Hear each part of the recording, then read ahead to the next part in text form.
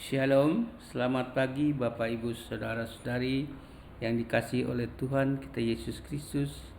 Selamat berjumpa dalam Renungan Kabar Bahalap edisi Sabtu 9 Desember 2023 bersama saya Diakon Bobi Hernal Tenje dari Lingkungan Pelayanan 1 Majelis Jemaat Palangka 1. Sebelum kita membaca dan merenungkan firman Tuhan pagi ini, marilah kita berdoa meminta tuntunan dari Tuhan. Tuhan, saat ini kami hendak membaca dan merenungkan firman-Mu. Bimbinglah hamba-Mu ini agar apa yang Engkau firmankan dapat bekerja sesuai dengan kehendak-Mu. Bukalah hati dan pikiran kami untuk mendengar dan memahami firman-Mu. Amin. Pembacaan Alkitab sesuai dengan Almanak Nas Gereja Kalimantan Panglis, Yeskiel pasal 36 ayat 16 hingga yang ke-32 dengan perikop pembaharuan Israel. Demikian firman Tuhan.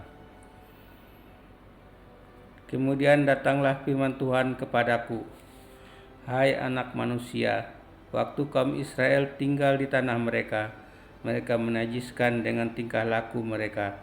Kelakuan mereka sama seperti cemar kain di hadapanku. Maka aku mencurahkan amarahku ke atas mereka karena darah yang dicurahkan mereka di atas tanah itu.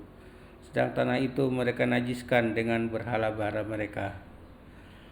Aku menghamburkan mereka di antara bangsa-bangsa sehingga mereka berserak-serak di semua negeri. Aku menghakimi mereka selaras dengan tingkah lakunya. Di mana saja mereka datang di tengah-tengah bangsa-bangsa, mereka menajiskan namaku yang kudus. Dalam hal orang menyindir mereka, katanya mereka umat Tuhan, tetapi mereka harus keluar dari tanahnya.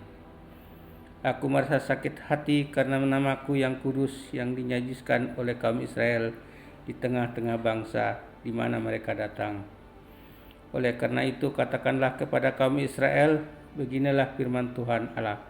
Bukan karena kamu aku bertindak, hai kaum Israel, tetapi karena namaku yang kudus yang kamu najiskan di tengah bangsa-bangsa di mana kamu datang.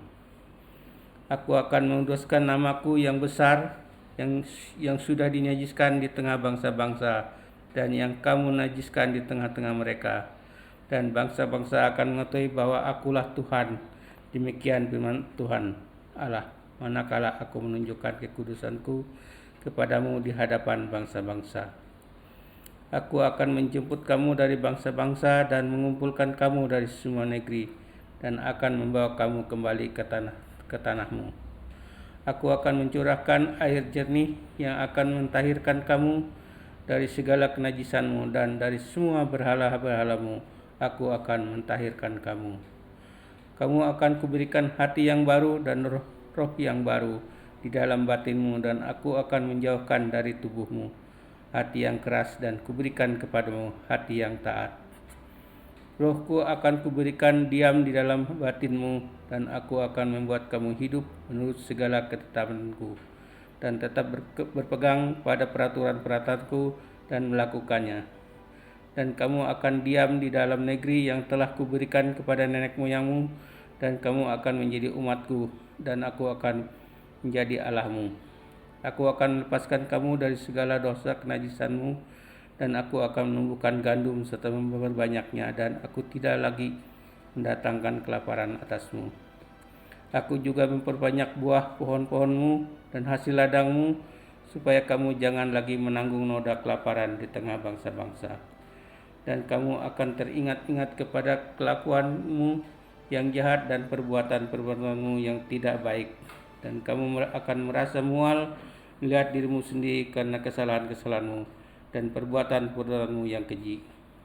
Bukan karena kamu aku bertindak demikianlah firman Tuhan Allah. Setelah itu merasa malulah kamu dan biarlah kamu dipermalukan karena kelakuanmu, hai kaum Israel. Demikian pembacaan firman Tuhan. Tuhan Allah bersabda, berbahagialah orang dengan firman Tuhan serta melakukannya di dalam kehidupannya hari lepas hari. Amin. Bapak Ibu yang dikasih Tuhan kita Yesus Kristus, saya akan membaca renungan yang ditulis oleh Vikaris IISUKNC-STH dengan judul Hati yang Baru. Walaupun Israel adalah bangsa yang diistimewakan Tuhan, mereka gagal untuk menguduskan nama Tuhan. Kelakuan mereka yang sering jatuh dalam penyembahan berhala telah menajiskan nama Tuhan. Oleh karena itu, Tuhan berniat memberikan hati yang baru kepada mereka. Peraturan hukum Taurat yang lebih tinggi secara moral dibandingkan dengan ajaran bangsa-bangsa kafir tidak membuat Israel menjadi bangsa yang lebih baik dibandingkan dengan bangsa-bangsa lain. Bila mereka memiliki pemimpin yang baik, setia kepada Tuhan, mereka akan hidup dalam ketaatan. Akan tetapi bila mereka tidak memiliki pemimpin yang kuat yang bisa membawa mereka kepada Tuhan, mereka akan berubah setia baik dalam hal keagamaan. Mereka cenderung untuk menyembah berhala maupun dalam hal moral mereka gampang terikat oleh perempuan kafir yang selanjutnya menggoyahkan iman mereka. Walaupun hukuman pembuangan ke Babel telah mengubah pandangan hidup mereka, bangsa Israel menjadi tidak gampang tergoda untuk menyembah berhala lagi. Mereka tetap merupakan bangsa yang keras. Hal ini terlihat dari sikap para ahli Taurat dan imam-imam kepala yang bersikap amat kaku ketika menyaksikan pelayanan Tuhan Yesus. Oleh karena itu, Tuhan Allah menjanjikan untuk memberikan hati yang baru yang akan membuat umatnya bersikap taat secara sukarela kepada Allah. Janji ini terwujud pada hari Pentakosta.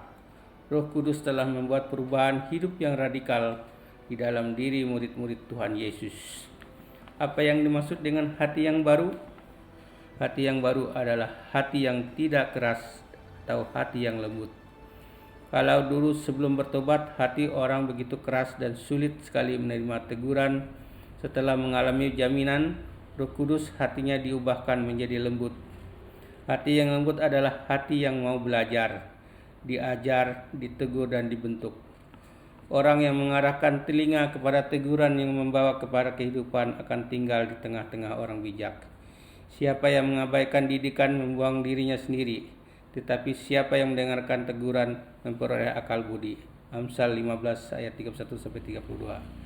Hati yang baru adalah hati yang mau taat melakukan kehendak Tuhan, tidak kompromi terhadap dosa. Ketaatan adalah syarat untuk memiliki kehidupan yang berkenan kepada Tuhan. Tanpa ketaatan, pengiringan kita akan Tuhan sia-sia. Hati yang baru adalah hati yang senantiasa tertuju kepada Tuhan dan rindu menyenangkan hatinya. Pokok doa supaya kamu mempunyai hati yang lembut seperti Engkau Tuhan. Demikian renungan layanan podcast Kabar Bahalap Gereja Kalimantan Banglis. Jangan lupa subscribe, komen program ini untuk semua orang agar dapat menjadi berkat dalam kehidupan kita. Tuhan Yesus memberkati. Amin.